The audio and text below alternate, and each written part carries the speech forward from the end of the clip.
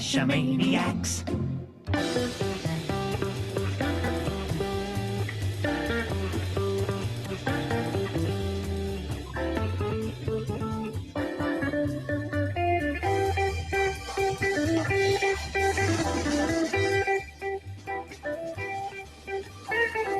GeoGearHeads.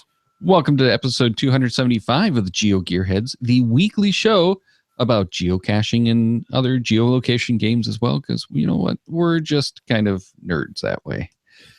I'm Daryl W4 for Chris of the Northwest, formerly known as the Bad Cop. And you know, Chris, there's a few people in the podcasting world that just will not let that go. They won't let it go. Yes, I listen to myself, formerly known as Chris of the Northwest, formerly known as.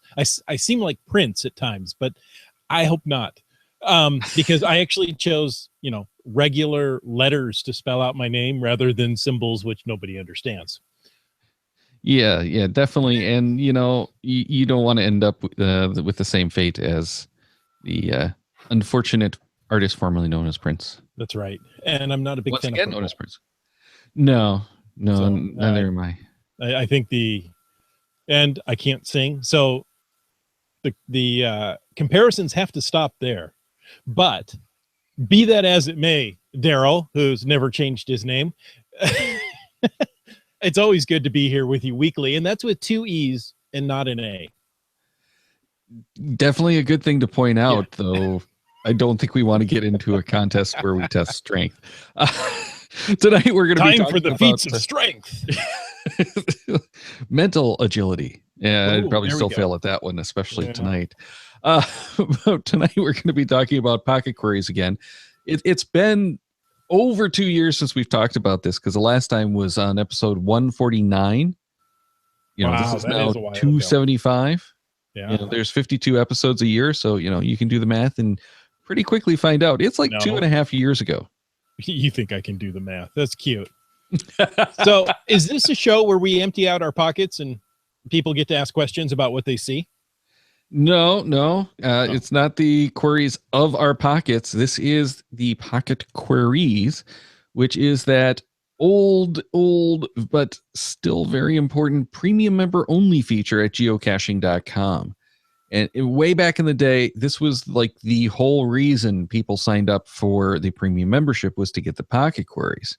Oh, Now without a there's- doubt. It was one of the reasons I signed up. Well, I think it was the only reason I signed up, is because if I signed up, I got that. And remember, they used to have the Moby Reader ebooks that would be attached with those as well. Yes, So you those could were do the cool. paperless caching. Woohoo! That's long since gone, and they made a number of improvements, and some maybe not so improvements, but they've made a lot of changes to the pocket queries feature. But again, this is going to be for the premium members only. It originally was designed basically just to email you a GPX file. A bunch of geocaches, up to 500. Up At to the time. 500. Yeah. And then they extended it to 1,000. But at that point, they stopped emailing it. If it was 500 or less, it would email it. 500 or more, it didn't email it. No email for you. No email for you. So unfortunately, they have kind of killed the emailing entirely, which was a nice feature for some people, because I know a few people who set up scripts on their computers. Every time that email came in, it would go and put it into their Dropbox so that they could get it from any of their computers. Daryl, I took it a step farther. There was a macro for GSAC that you could tell it your account, and it would go and pull your GPX files, automatically process them into GSAC for you. Right. Well, I was going to say, and that's kind of taking the place of it now, is you can get all this stuff online. It's all available through the API. So if you go into your geocaching apps, you can just download it. Usually it's listed somewhere. It's like Pocket Queries or lists, and download it. And it downloads all of the caches. Most of the apps now are also caching the images and the map files for you. So it's really handy to do, even in this digital age, when you're not necessarily, or in the mobile age, where you're not necessarily using the GPSR, but rather a smartphone. And I use this all the time now. Whenever I have a trip that I'm planning, you can do it by a route. So it uses a route as your center line, or you can do it by a location. and I'll do both. We'll talk a little bit in depth about how I actually go about doing one of those pocket queries, and we'll set one up for the Belle Isle event that I'm going to go to this weekend. And I'd set one of those up, hit the pocket queries from my phone before I leave so that I can download those. Especially when you're at an event, you don't know what your cell service is like. Exactly. So it's best to have those all preloaded.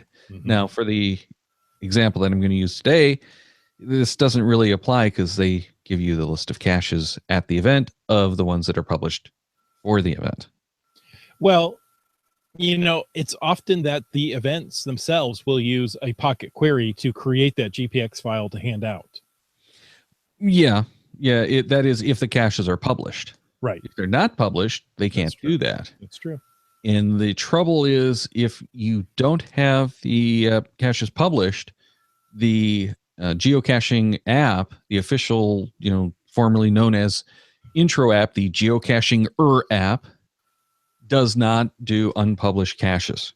Mm-hmm.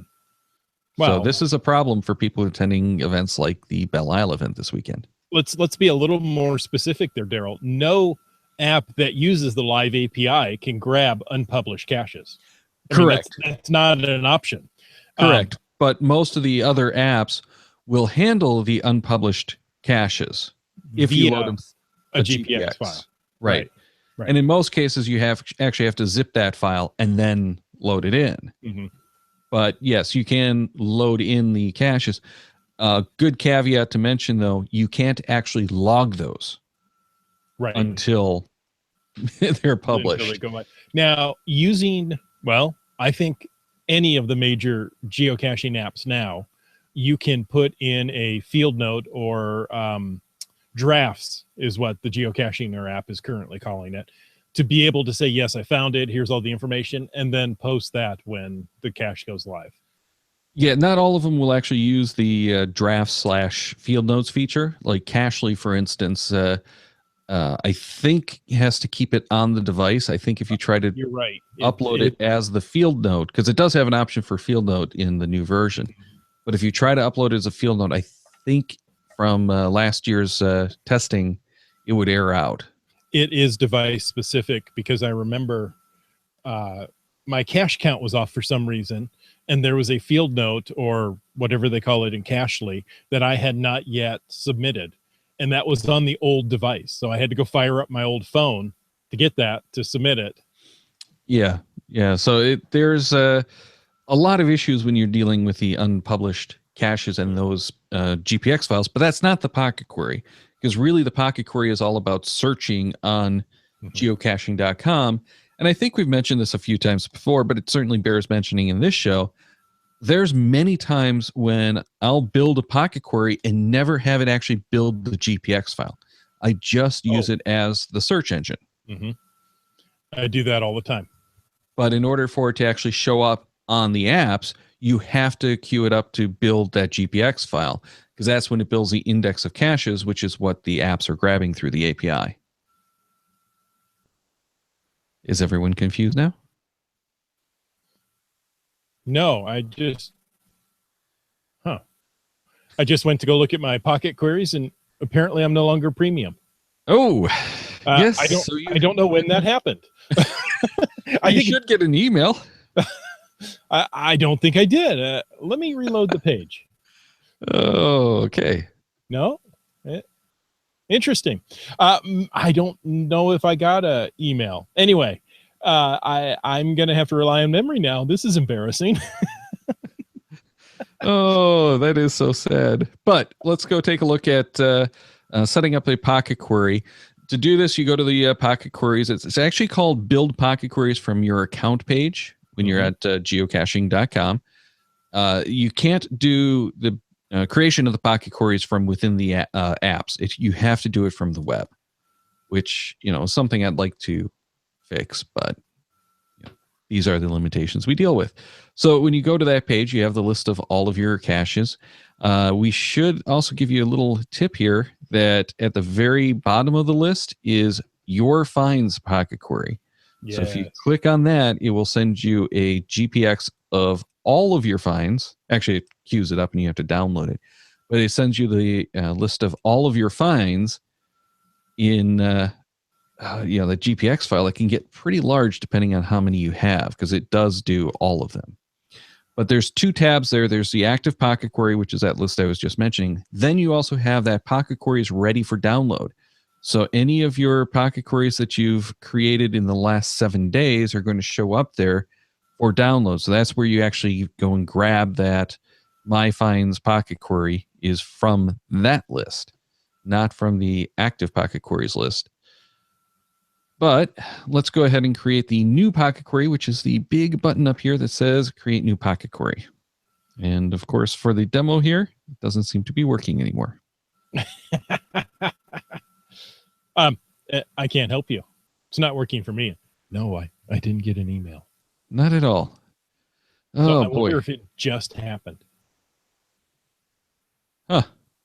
Interesting. I went geocaching this weekend and I had no issue. So. Ooh, wow. It totally crashed on the browser. So, hey, here we go. You know why? This is live. That's why. That's probably exactly what happened. So when you create a new Pocket Query, the first thing you have to do is give it a name. So, in this case, I'd call it the Belle Isle event because it's for the Belle Isle event that I'm going to. Such a beautiful island you're going to. Oh, it is such a beautiful island, especially now. Ed in the live chat just said, yes. I'm not sure what the yes means. With the delay, you don't know what he's responding to. He's very agreeable. Yeah, I guess so. But we were talking about the option to never actually generate the Pocket Query. In order to generate, you have to check off the day of the week that it's going to run. Mm-hmm. And this is in the server time, and it gives you the server time right there in that dialog when it loaded the page. It doesn't keep up, so that you have an idea. It says right now it's Thursday, April 6th. If I were in the UK, for instance, as we're recording this, it would actually be Friday. So that's an important thing to remember. But if you don't check any of those days, it's never going to run, and you can use it just to preview some searches, which is what I'm going to do for this one here. But you do have the option of uncheck the Pocket Query, uncheck the day of the week of the Pocket Query after it runs, and that's really nice for some of those like vacation ones, or like the event one. I can set it up to run tomorrow and Saturday, for instance, because the event's on Saturday, but it's going to usually deliver that file to me before I go to the event. So I can have Friday's file. If it doesn't deliver Saturday's file in time, oh well, but it's not going to continue to run, right? Which is really nice, because remember, you only get, actually, is it 10 now? I want to say 10. 10 came to mind. I can't remember if it's 5 or 10, because they did change it. Let's see if it actually tells me. I don't think so. I remember going through and tuning all my Pocket Queries so that I never exceeded 10 per day, but yet I could have them all running for the cities. I used it as a city. I don't want to get too far off on yours yet, Daryl, but I used it for the cities near me. Yeah. But it is 10 Pocket Queries, and you're limited to 1,000 caches per Pocket Query. So conceivably, you could get 10,000 caches a day prepped in those GPX files. However, it's also conceivable that you could get 10 caches a day, because it's all how you have that set up. Right. But you have the option of the uncheck, as we mentioned. Run this query every day that it's checked. So that's, if you want it like every weekend, you can check, Friday and Saturday, have it ready for you every weekend. Or like I have for my options around the condo, I have it just run every day, and it just keeps going forever and ever and ever. So I actually only have like 9 Pocket Queries that I could run, because that old Pocket Query keeps running every day. 9 others, yes. Now, the other nice thing is this: run this query once and then delete it. That's a little bit dangerous, because if I'm going to do like this event and I mess something up and I didn't realize it before I hit submit, it's just going to delete that. Right. So I usually don't do that until after I've completed and done the preview to make sure I got it right. Then I'll run that, and it's nice because it runs it, cleans it up, and it's done, and I don't have to worry about it. Then the next option you're given is the total number of caches you want the Pocket Query to return. Now, this is a maximum. This doesn't mean it's always going to return that. So keep that in mind. You're not going to get just the 1,000 caches if you set for 1,000 that come closest to the match, and then it keeps going out. Right. It's going to only give you, in this case, I've got it still set for 500, which is the default. It's only going to give me the 500 caches maximum that match. So if it gets, like if I have a 10-mile radius, and we'll get into that later, a 10-mile radius set, but it hits that 1,000 or the 500 cache mark at the 3-mile radius, it's just going to stop. Right. A good measuring stick for me is if I get the maximum number of caches, then I know I've reached saturation in whatever I'm looking at. So either I increase the number of caches total or decrease the diameter that I'm looking for until, say, if you're looking for 500, until I get 470, 480, then I know I've thoroughly covered the area that I'm looking at. Right. So yeah, what we're talking about. Yeah, what we're talking about is don't actually check any of those days until you've made sure the Pocket Query is returning the information you want. This is testing your search. Make sure you've got the right search, because once it runs that Pocket Query, it will not run it again till the next day. Right. So you can't rerun a Pocket Query. There is actually a workaround that we'll talk about later, but you can't rerun a Pocket Query. Make sure you have it set up right from the get-go. Now, the next option is going to be the cache type, and it defaults to any type, but most of the time you're going to want to switch this to the selected types and then pick the options. Most times we want the traditionals, but if we wanted to do a search for just those virtuals, make sure that we have all the virtuals in an area. We can do a virtual in maybe letterbox or multi-cache. In my case, I don't want the event cache because I already know what that is. You have the mystery caches, webcam caches, Project Ape. So there's all of these different cache types that you can use to strip it down. Now, next one, any container. Well, for this, I certainly don't care. But what if I want to do a Pocket Query specifically for moving travel bugs? I could set up a container-specific search that says just show me the large and regular containers. I don't want to see anything else. Exactly. Or virtuals or whatever. Right. Yeah. If you want to just do something with micros, you can do it a micro run. So there's all kinds of cool options in that box that can. Yes. Why would you ever want to do just a micro run? Because you want a torture run. Okay. I want micros with a difficulty of 4 or greater. And we'll talk about that in a moment. But the next one is the that and. So what this does is everything that you've already told it to find and everything you're about to tell it to find, make sure it also matches these criteria. I almost always have the I haven't found marked because, well, you know what? I really don't want the ones that I found in most of my Pocket Queries. And then also right under that is the I don't own. Because, well, I haven't found the ones that I own, but I also don't want them to show up because I don't want to find the ones I own because I can't find the ones I own. Right. I like to say that the and feature, that and this whole section here allows you to, it limits your search. Okay. So you've searched all these, but don't include these. Right, exactly. And you have the option to only search for ones you found, only ones I own. And I do have a Pocket Query set up just to give me the caches that I own so I can load those into the app, into its own group, and see where my caches are. This really helps if you're looking to place new caches. Next one is available to all users. Now, as a premium user, you can get access to those premium caches. However, my caching partners might not have access to it. So that's something, right? Yeah, like Chris right now doesn't have access to those premium caches. So if we're going caching, I don't want to see those because he can't log them as well. There's actually some backdoors that some of them they've closed, but you can actually do some backdoors, including sending the field notes. If you have the field note, or now the draft, they can log from that. So little bonus tip there. Then are for members only. If you want to only do premium caches, you can do that. Not on my ignore list. This is a big one for me because I almost always mark that because, like locally, there's a couple of caches I just don't want to try for because I don't like the area that they're in, or I just don't want to get frustrated anymore by it.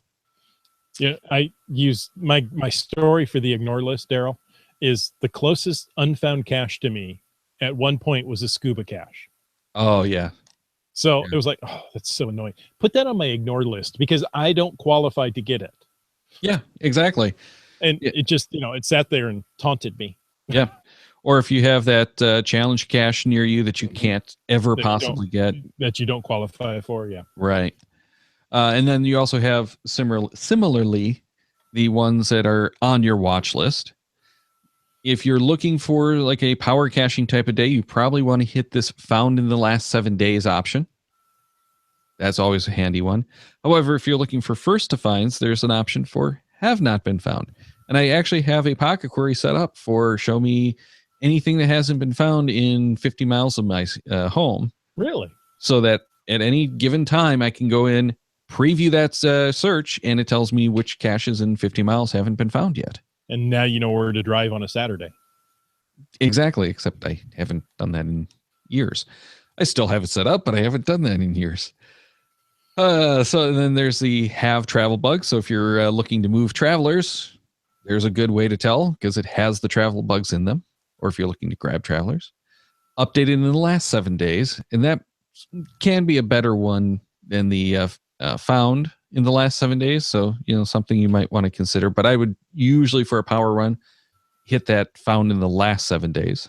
That updated in the last 7 days is tricky. Yes. Is that it's not a log that has been put no, on the cache has been updated within the last 7 days. So coordinates or owner maintenance. Correct. So yeah, that's the thing. It's not the kind of thing that you necessarily want to do, but if you wanted to go back and find like the ones you may have skipped because you couldn't find it due to lack of maintenance, damage, bad cords, something like that, it might be a good option for there.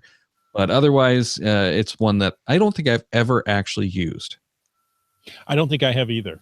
I was trying to think, well, you don't have an option for I didn't find. So give me all my DNFs that have been updated in the last 7 days. That would be very useful, but that's not an option. Right. Well, I was going to say you have the I haven't found, but you don't have the option for I DNF'd. Right. And that's something I'd like to see added, but maybe in the future, but not right now. Okay, so the next option is going to be the is disabled. Now, this is not archived. This is only the caches that are temporarily disabled. So if you wanted to do a search to help out the cachers and find all the ones that are disabled for maintenance for some reason, you could do something like that. I just really don't know why I would use that, except for if I own it. I was just going to say. I was going to say that the only reason I could see doing that is I own and is disabled. That's a nice pocket query to set up. Just that if you have a whole bunch of caches that you need to check on and don't remember which ones those are, you can just do this pocket query, download that GPX, and go and hit all of them.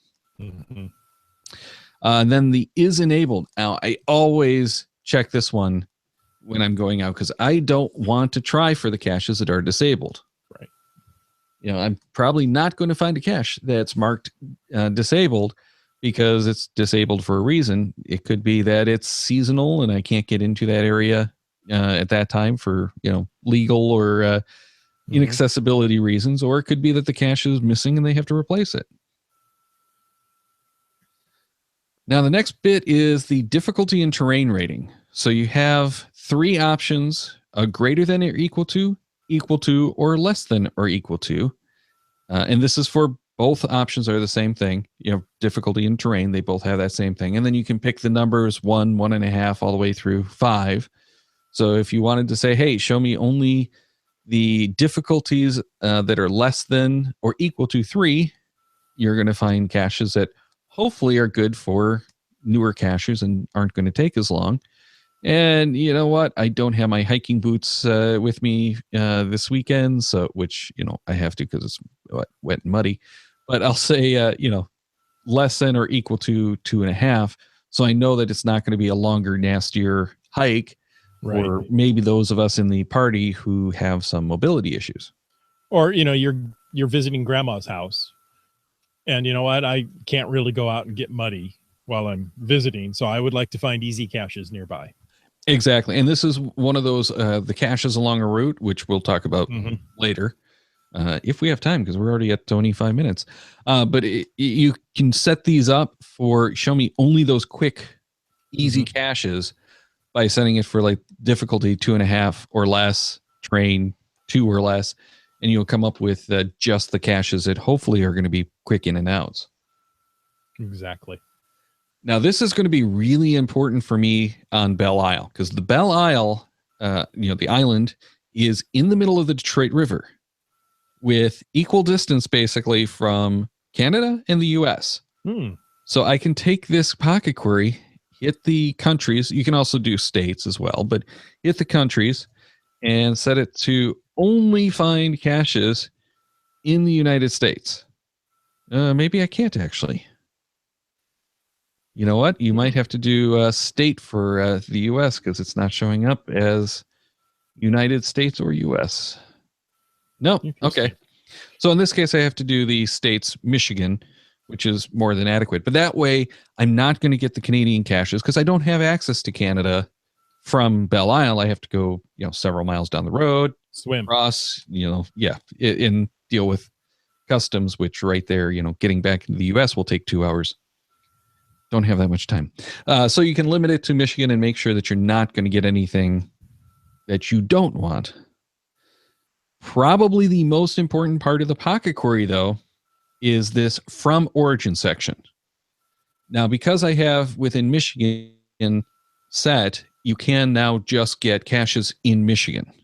But most of the time when you run these, you're not going to set the within. So you have to have that origin point. And I like to use either another geocache, say, this is the center of about where I'm going, or I use the zip code. Rarely do I use coordinates. See, I do use the coordinates quite frequently, but I also use my home location. Well, sure. For my, daily cache run, I use the my location run. But, this is a event. So I have a GC code. So I can go over to the Belle Isle event, grab GC 71X26, plug that in there, and guess what? It's all done. Now I have that center point. Everything is going to center on that. But you know what? It's not in the middle of Belle Isle. And I want to do just Belle Isle, so I can do those coordinates. One of the easiest way to get the coordinates is in decimal degrees, not minutes and seconds.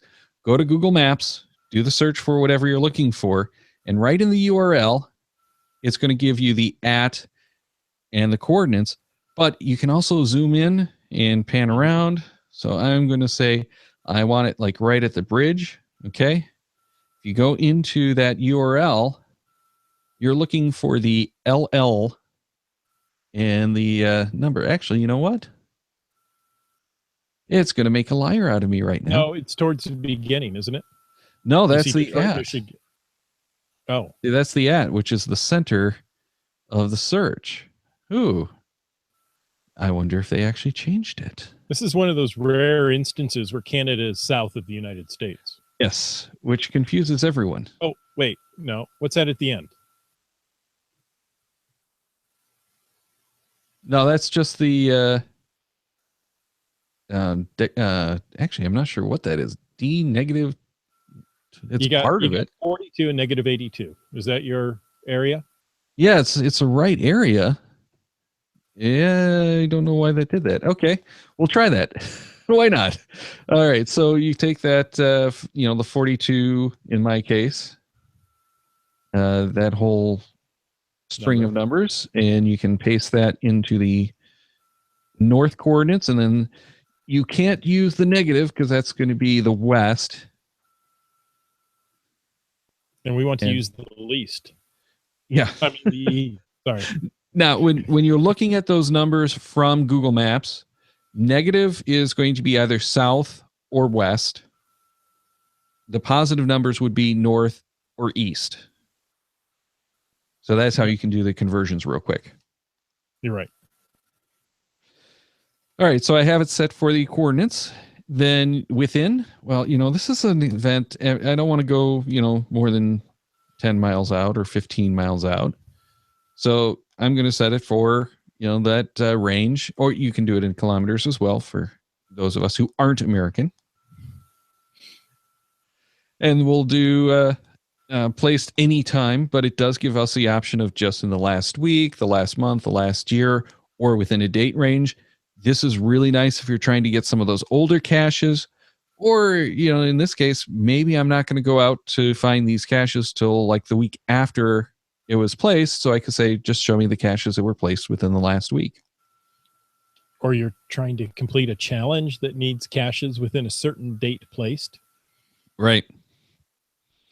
And then the attributes to include and exclude. You have all of those attributes we're used to, the gas nearby. Park and grabs is now its own little entity, so you can do that.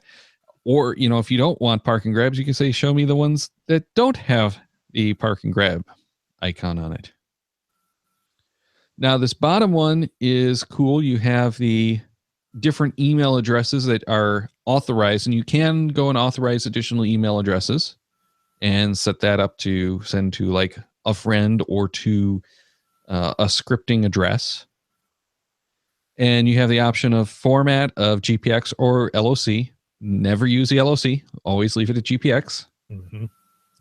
Then I like to include the Pocket Query name and the download name, just because I'm usually putting these on my desktop to load onto the GPS, and I don't know what the numbers are. So if I have, usually I'll have a file like this, which has the caches around my destination, and then I have a route file. So I have two different files, and I don't know which one's which. So I like to include that Pocket Query name. I've seen a few of the units, both apps and GPSRs, which have issues with strange characters in the name and have actually aired out on me.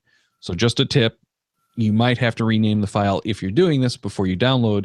And if you're using an app that has a problem with one of those characters, you're just SOL.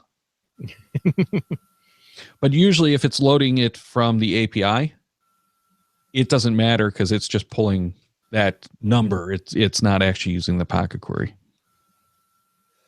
So that's a look at the way that I've done that one. I hit submit. I have the option to preview. I only got 9 caches in my Pocket Query. That's it.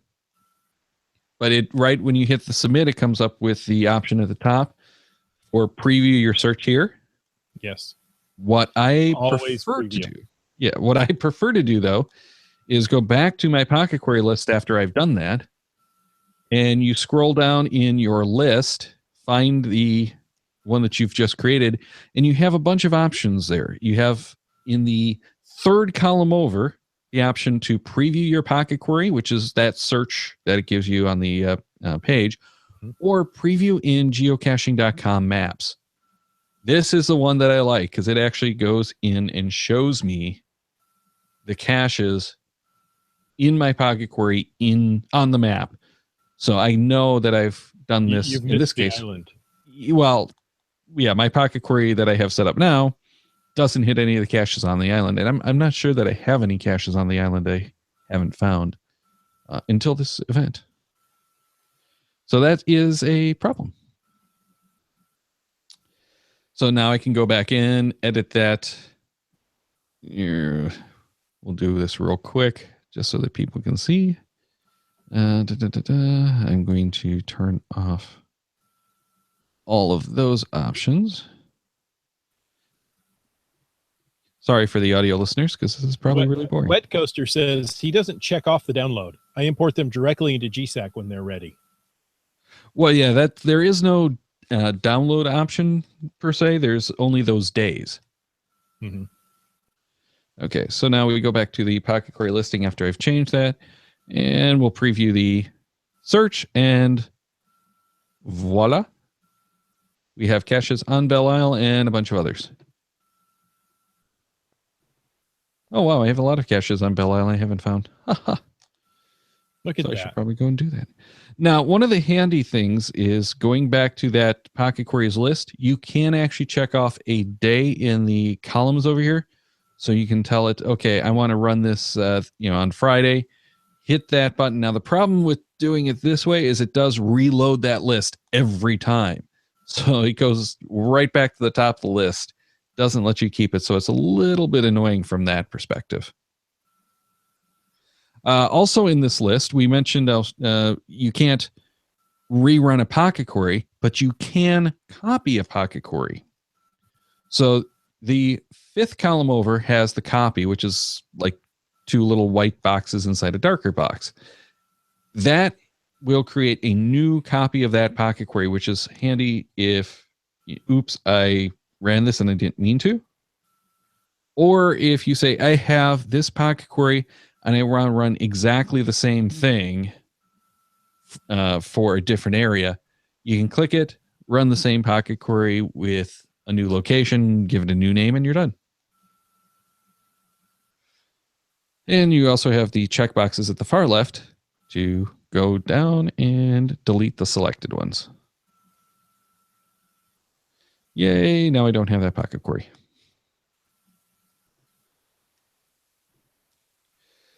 Now, Chris, do you want to talk a little bit from memory maybe about caches along the route? I love caches along the route. I would use those often while traveling, thus the route. And I would usually set it to, as you said earlier, difficulty 2.5 or less. Terrain 2.5 or less, and difficulty 3 or less. Simply because I'm traveling. I'm not going to have the hiking shoes. I'm not going to have, I'm not going to be able to get incredibly dirty, because then my family wouldn't let me back in the car.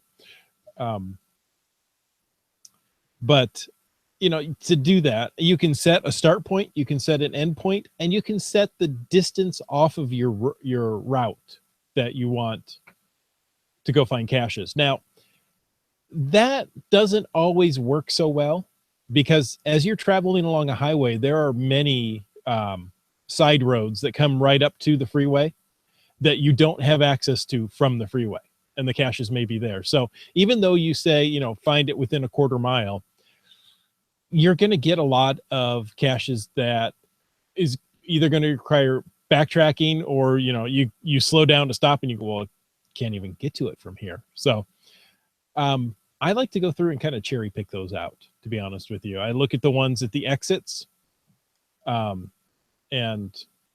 that's another show. Yeah, you can actually do like we were talking about, do the Pocket Query for the caches along a route. Use that preview option and then add to list. Yes, and that's typically the way that I'll do that. But you can go in when you create a new Pocket Query from a route and do a search for an existing one that's made public. So let's say we were going to do like the Route 66. You can go and pick up someone who's already created that route for you. Or maybe it's a hiking trail. In this case, I just did a quick search for Route 66 and didn't find it. But I did find this Gilroy to Disneyland. So I'm going to pick that as the center point, or as the route that I'm going to use. And it gives you the route preview. And you can say, create a Pocket Query for the route, or you can do a GPX file of the route if you wanted to download that. But you can go and create it yourself. Now we have our Pocket Query, which shows us a preview of what that route is, gives us the option to change the name, which we probably would want to do. We don't, we have the same Pocket Query options for the days to generate. We don't want to do any of those days because this is just going to preview it. Right. Here's where we start getting into some of the differences. So we have a search radius, and we have the sliders that say 6.21 miles or 10 kilometers, and that's on either side of the route.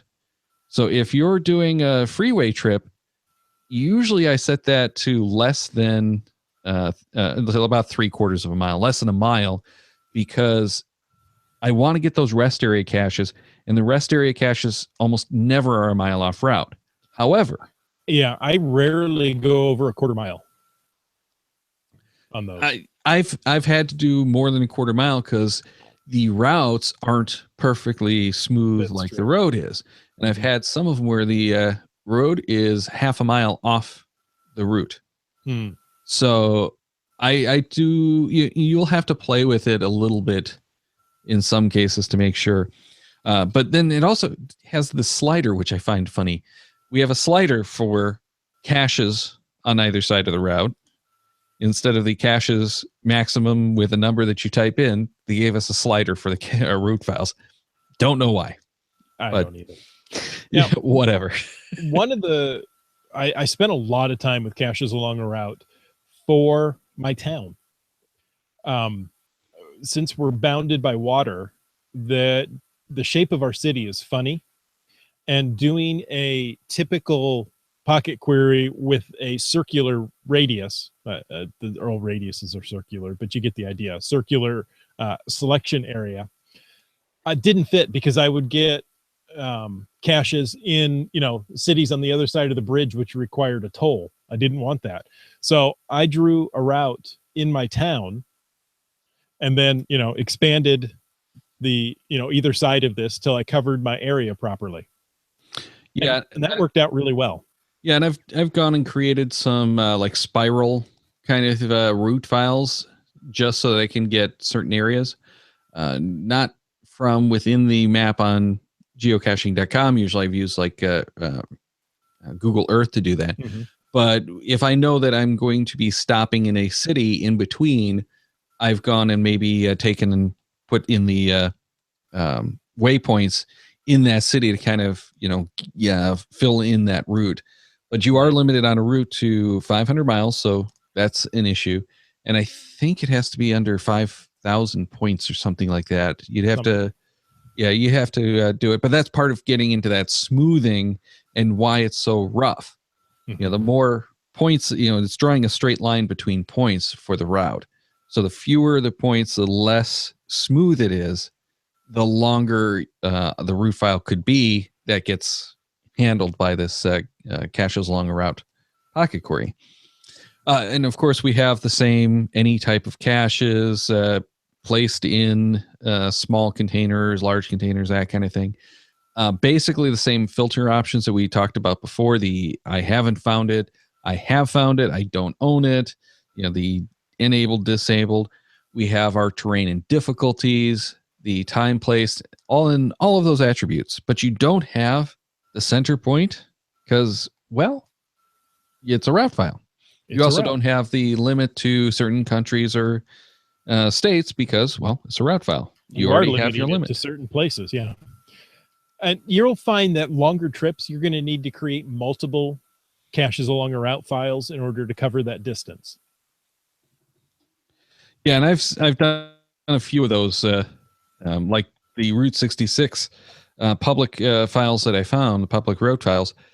They actually have broken that up into various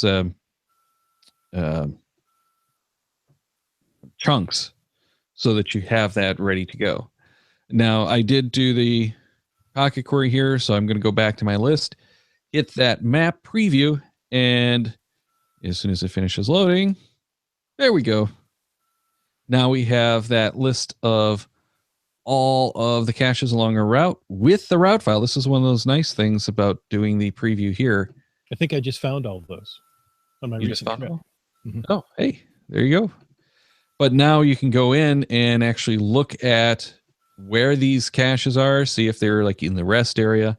And like we were mentioning before, click on it and you can hit the add to list link. And now you've got it bookmarked on a list, exactly. Which we're not going to have time to really get into that on this show. we probably are going to do another show on bookmark lists, which would get into that. But simply lists now, Daryl. No, this is a bookmark list. That's different from the lists. That's true. That's true. Because lists are encompassing all of the list types, which also includes the stuff that you're creating on your device, on your smartphone. But it's the ignore list and the watch lists that are also types of lists. But the bookmark list is available from your profile. You can go in and find bookmark lists that you've already created, create new bookmark lists, all of that fun stuff. And the bookmark lists are great. If you're not using them and you are a premium member, play with it, learn to use it, because it's well worth the money in my book to have those lists for just this kind of stuff, where I'll go through. Not everyone's a premium member. No, like you. You're not a premium member. I don't know how it happened. But yeah, create your bookmark lists. It could be, like I have a list. Let me get to my list and show you. But I have a list of caches that I think are cool and want to go visit eventually. My list. And they did change this page if you forgot already. So it does look different from anything else. But of course, they didn't actually change the bookmark list page. Oh, see, now I'm bummed. There's a cache that I've wanted to hit called Tin Goose. That's 150 miles from me. It's actually more like 250 miles when I go around the lake. That's been archived. Bummer deal. No, where's my delete the checked items? Oh, bulk delete. My apologies as I do some maintenance on my bookmark list. All right, but from this bookmark list of all of these caches that I want to go visit, I can just go down here at the bottom, hit this create pocket query. So I guess we're going to talk about it anyway now, and give it a name. This is odd because it doesn't actually populate like the route file does. You have to give it the name again, but you can create your bookmark list. Now, remember too, the bookmark list on a mobile app can just be downloaded as a list. The only reason to really do the pocket query here is if you're going to actually download that and put it in your GPS or some other type of device that does not have API access. So you have just the option for days to generate because you have the list. All it's doing is creating the GPX of that list. Exactly. Right. Oh, was I not sharing the screen? You were not sharing the screen. Oh, so no one can see it. Bummer. All right. We're too long that I'm not going to go back and show it again. Plus, that would be boring. Ed said he just started using the bookmark lists this year and that they are very nice. They really are. There's some functionality there. We're not going to, it's tempting to talk about it, but we're not going to. No, it really deserves its own show. Mm-hmm. And unfortunately, we're booked into May. So it's going to be a couple of months away. Actually, we're booked through May, I think. I think I'm booking in June already. So, Daryl, do you use the attributes much on a pocket query? No, I usually do not. Now, there are a couple instances. I believe scuba is now one of the attributes. Oh, there has been an attribute. It has been. Yeah, but the trouble has been that scuba was bingo abused used for power trails. Yeah, right. But so there is a attribute for the park and grabs. Mm-hmm. Again, the problem that I have with using the attributes is that relies on the hider to have to have properly selected those attributes. So I generally don't use them. About the only one that I do is sometimes I'll hit the 24/7. Okay. If I'm looking for ones that I can specifically do any time of day, then I'll hit that one. Or the night cache. I've done a few times the night cache attribute because I want to do a night cache.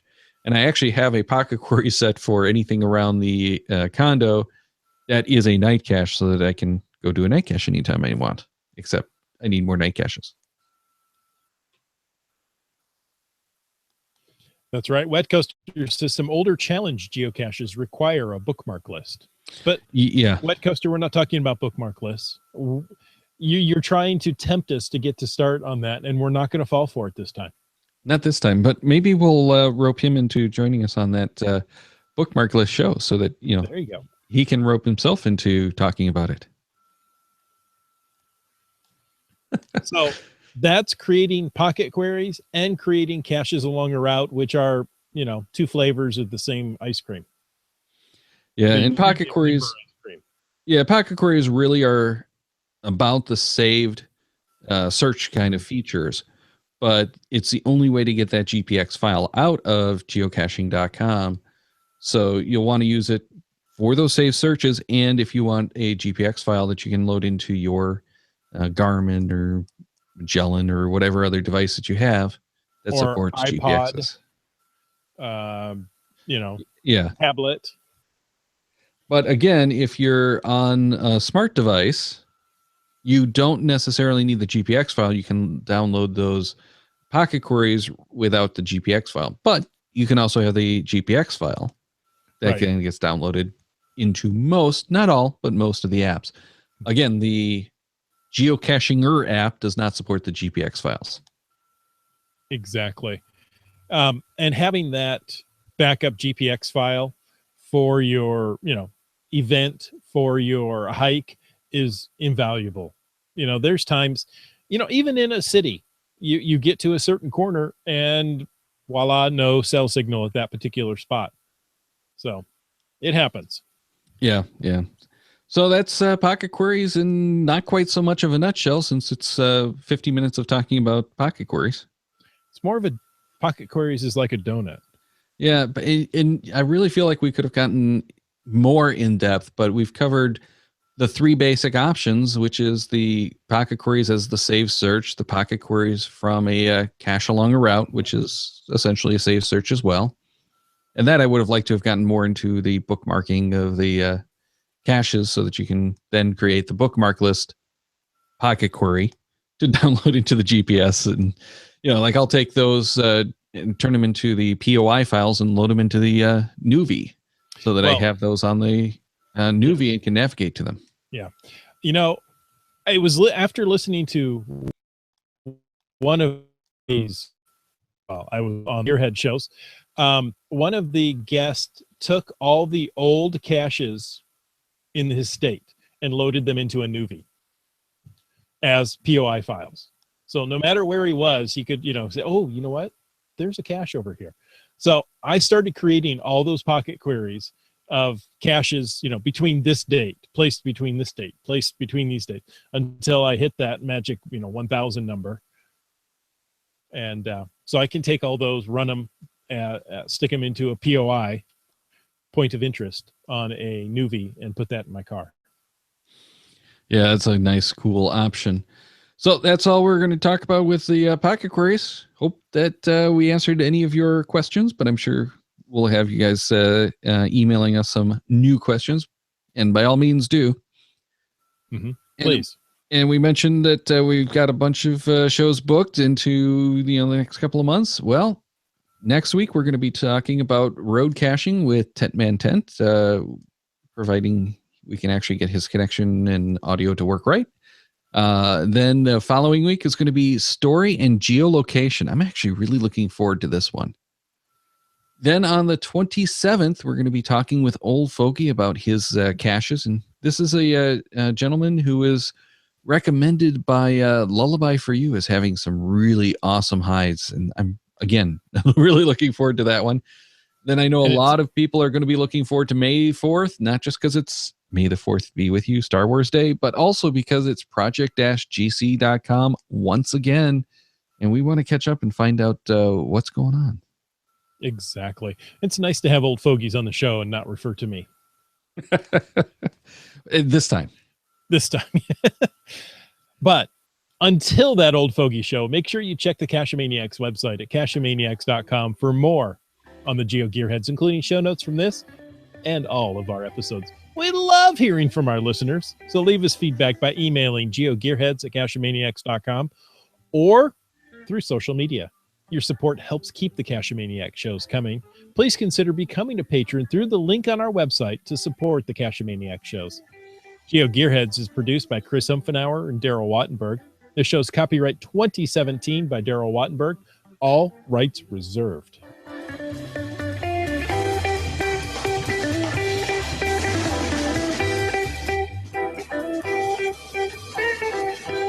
Cash with the Cachemaniacs.